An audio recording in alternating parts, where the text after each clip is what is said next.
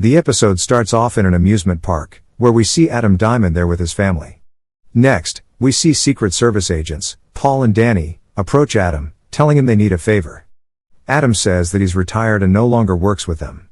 Paul then threatens him by saying he has heroin in his pocket, and that he'll put it in his car to arrest him in front of everyone. Adam obliges. We then see Veronica at home, filling out paperwork. Her phone rings and Wendy leaves a voicemail for her saying Nick Savarin left her 6 messages. Veronica immediately picks up the phone and tells Wendy to tell Nick that she's not in the office in case he shows up tomorrow. After the CCTV footage was stolen, she became suspicious of Nick and is trying to avoid him. We then see Michael and Sucre in their cell. Michael is sharpening a bolt into a screw drill. We then see him unscrewing the toilet. He moves the toilet out of the way and leaves his cell, then walks the corridors within the walls of the prison. He eventually reaches a room that is part of his escape plan. This room is important because it has a pipeline that can be taken to escape the prison. However, it is behind a wall, so Michael has to count his steps to calculate where exactly the pipe is. He stops and marks where the count ends. This is where the light would be to project a face of the demon onto the wall. The face of the demon, which is the tattoo on Michael's arm, was designed to subliminally reveal weak points within a wall. We then see Sucre in his cell and hears the guard yell bed check. He taps on the toilet to let Michael know he needs to get back to the cell. He then stuffs pillows under Michael's blanket to make it look like someone is under the covers. Sucre then gets on his bunk and pretends to be asleep. We then see Veronica leaving her house when she's met by Nick, who startles her. She tells him that she doesn't want his help anymore. Nick asks her if she really thinks he had anything to do with the missing tape. She tells him she's getting coffee and doesn't have time, then walks away. Nick follows her and grabs her. Lucas, who is a maintenance worker, asks if everything is okay. Veronica asks him to walk her back inside. Lucas then tells Nick to take a walk. We then see Officer Patterson doing bed checks. He shines a flashlight at Michael's bed and tells him to show himself. But there is no response. The guard reaches for his keys to open the cell, but Michael gets up and tells him he's trying to sleep. The guard walks away. Michael then tells Sucre he can't get through the wall. Sucre asks him what he means. Michael says he knows how to do it but just doesn't have the time to do it because of how often the guards conduct head count. Sucre then almost says how to stop count until he says it's a bad idea. Michael asks him if it's worse than the idea of losing Mary Cruz. Sucre then tells him if the prison gets put on a lockdown, the guards won't conduct head count every hour. Sucre then asks him if he can get to the prison AC unit. Michael says maybe. Sucre tells him if he can get the other inmates riled up, a lockdown would take place. The inmates could get riled up if Michael disables the AC and turns up the heat within the prison's AC unit.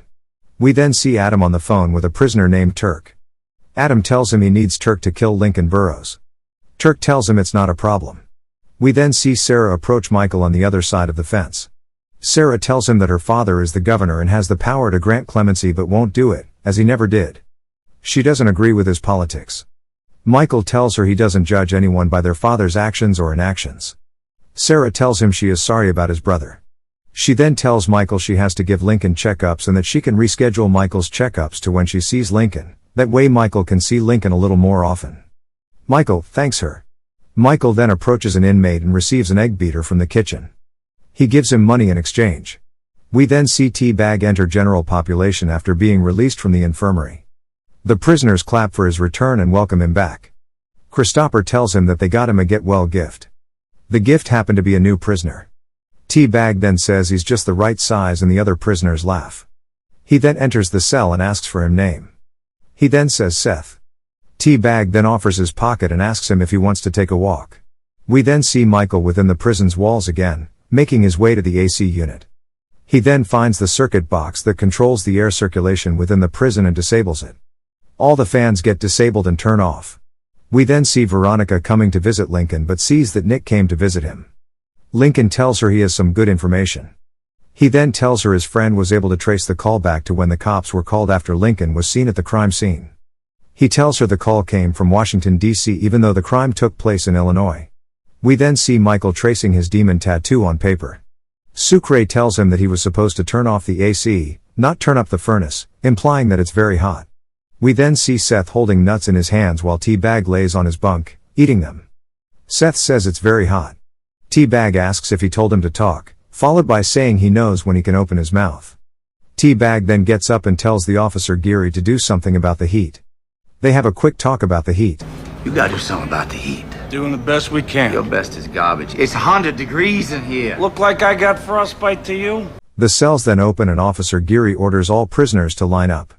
All prisoners step out of their cells to get in line. We then see T-Bag step out of line. Officer Geary orders him to get back in line, but soon, more prisoners start to step out of line, complaining about the heat. Officer Mack sees the prisoners stepping out line and radios Captain Bellick about them. We then see Bellick tell him to just write them up as he's leaving the infirmary. He then sees Dr. Sarah as she tells him she's there to check up on a prisoner who is suffering from heat exhaustion. Bellick tells her he's faking it. He then tells her she should get back to the infirmary building. She tells him it's illegal to deny a prisoner their medical care.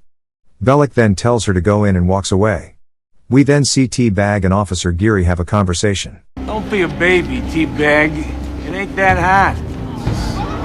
Not that hot! When this guy woke up this morning, he was white!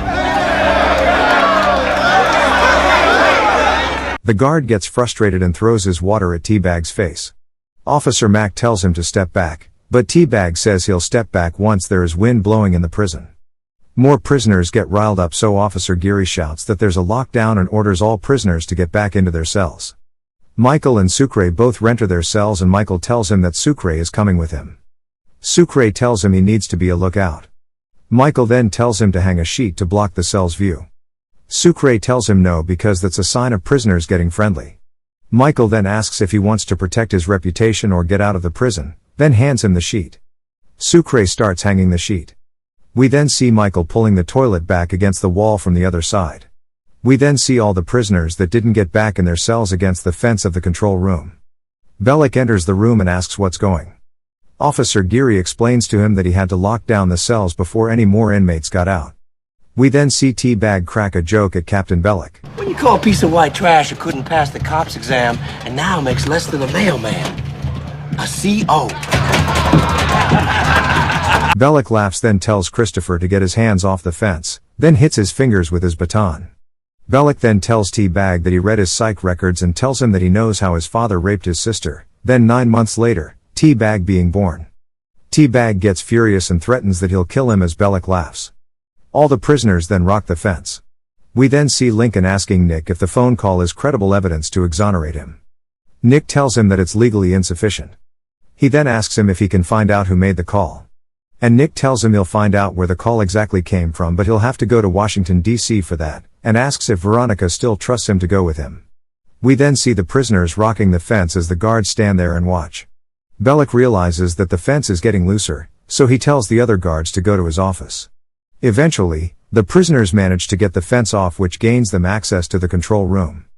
We then see Bellick and the other guards get into his office as he pulls out a pistol from his desk. He watches the camera footage of the prisoners. T-Bag presses a button that opens all cell doors. We then see Charles's cat get scared and run away. T-Bag then realizes that one of the guards dropped his keys and shows it to the camera. Bellick then radios that the wing was breached and that A wing should evacuate it as B wing should be cut off. We then see Sarah checking on the prisoners in the infirmary. Everyone then hears the guards' radio say that the cell block was compromised and that a lockdown is taking place in A wing and that it's getting shut down. All the prisoners then get excited. We then see Michael explains to Sucre that somewhere behind this wall, there's a sewage pipeline that leads to the prison's infirmary. We then see the guards enter the visiting room and say the wing was shut down due to a disturbance in the cell block and order visitors to leave. Officer Bob then escorts Lincoln back to his cell. Lincoln asks him what's going on in general population since his brother is there. He tells him cell block was breached but that everything is locked down so the prisoners won't get anywhere. The guard then unlocks the gate was not to realize the wing was breached by the prisoners since T-Bag had the keys. T-Bag finds them and teases them by saying how there's a rookie officer and that it isn't even Christmas yet.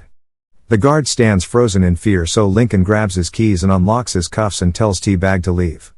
T-Bag then tells Lincoln that he respects finders keepers but offers a negotiation to get the guard. Lincoln tells him no. Then other prisoners breach the wing.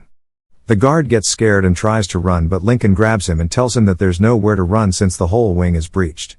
T-Bag then tells Lincoln no blood needs to spill, so Lincoln tells him to walk away. T-Bag rejects. We then see Michael and Sucre within the walls.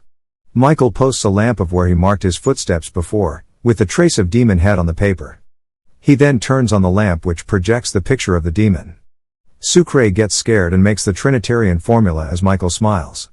We then see Sarah going into her office to get medicine. Once Sarah leaves, the guard gets attacked by a prisoner. Sarah returns and see the guard passed out on the floor. She turns around to run back to the other room but gets stopped by a prisoner. He grabs her throat and starts strangling her. She breaks free by stabbing him with a syringe, and runs back to the other room. She then sees more prisoners surrounding the other side of the room, making escape impossible. She tries to call for help but a prisoner shows her he cut the wire. We then see T-Bag's men approach Lincoln slowly. Lincoln starts fighting them. The other prisoners start attacking the guard. As Lincoln defends himself against the other inmates, T-Bag hits the back of his head with a baton, causing him to collapse. T-Bag then looks at the guard. We then see Michael and Sucre within the walls. Michael hands him the egg beater, showing they won't need a sledgehammer. Sucre asks him how plans on taking a wall down with an egg beater. Michael refers to Hooker's law of elasticity, or tensile strength. He explains that a few carefully placed small holes can compromise a wall's load-carrying capacity. He shows him that the holes would be placed on the horns, the eyes, the nose, bottom of the fangs, and the beard. He explains that the holes create an X which compromise the wall's integrity. We then see the warden and other guards in the yard, trying to plan a way of getting the prisoners calmed down. A guard then gives the warden the phone, saying it's the governor. The governor asks him where his daughter is. His daughter is Sarah, who is the nurse that works at the medical wing. The warden tells him that she's safe in B wing. He then assures him that everything is under control. We then see the prisoners bash at the window to get to Sarah as one of them taunts her. We then see T-Bag in the cell block, having the officer Bob as a hostage. He tells all the prisoners that once he is finished getting acquainted with him, every prisoner will have their turn with him. The prisoners cheer. T-Bag then continues to drag him. But Bob tries to crawl away. T-Bag tries to stop him but he punches him. T-Bag gets mad so he gets on top of him and starts landing punches on him. He then picks him up and throws him into Michael's cell. T-Bag then kicks him against the toilet, which causes the toilet to collapse with him. Michael and Sucre both hear it. T-Bag slowly approaches it as he and Bob both look at the hole in the wall. He realizes that they're breaking out of prison. He turns around to tell everyone but John stops him in time. We then see the inmates continues to bash at the glass to get to Sarah. She grabs a syringe with a relaxant chemical. One of the prisoners slides his arm through the hole, trying to unlock the door. She stabs him in the hand with the syringe. He retreats from the door and collapses as another inmate starts bashing at the glass. We then see the warden and the guards in the yard. The warden tells them he wants the water to the prison shut off, hoping this would make the prisoners calm down. We then see Michael and Sucre crawling back to the cell, realizing what just happened and how T-Bag and a prison guard now know about the prison escape. John tells him that they have a problem. T-Bag agrees and tells him the guard saw the hole, and for that, he has to be killed. John tells T-Bag he also seen it. The guard looks at Michael and begs him, as he has a daughter. Michael sympathizes. T-Bag suggests to kill him. Michael tells him the cops are right outside and that they'll stay outside as long as the guard is kept alive as a hostage. T-Bag reminds him that he's a guard. John asks him what this has to do with him anyway. T-Bag then says the guard knows about their secret and their escape, implying that T-Bag wants to be in on the escape as he knows about it now. We then see Lincoln passed out on the floor as Charles wakes him up. Lincoln wakes up and gets scared, so Charles tells him it's only him. Charles tells him that the prisoners took the rookie guard to general population. Lincoln then asks him where Michael is. Turk approaches him and tells him to follow him as he knows where Michael is. As T-Bag leaves the cell, John gets a hold of him and tells him he's in as much trouble as the guard is for seeing the hole. T-Bag tells John that he'll scream to the whole prison about their escape plan if he tries shanking him, and says he'll keep screaming it until he bleeds out. He then says all the cons will know about the escape plan once a single drop of his blood touches the floor. We then see Sarah locked in the medical room. She makes a shank out of glass to defend herself as the prisoners bash on the glass to get to her. Michael then looks at the camera footage and sees that Sarah is in trouble. He then goes back to the cell and tells Sucre and John that he needs to get to sick bay. He tells both of them that no one touches the guard. Sarah is seen helpless in the medical wing as the inmates try getting to her. She tries to keep herself calm as the inmates slowly break the glass that separate her from them. To be continued.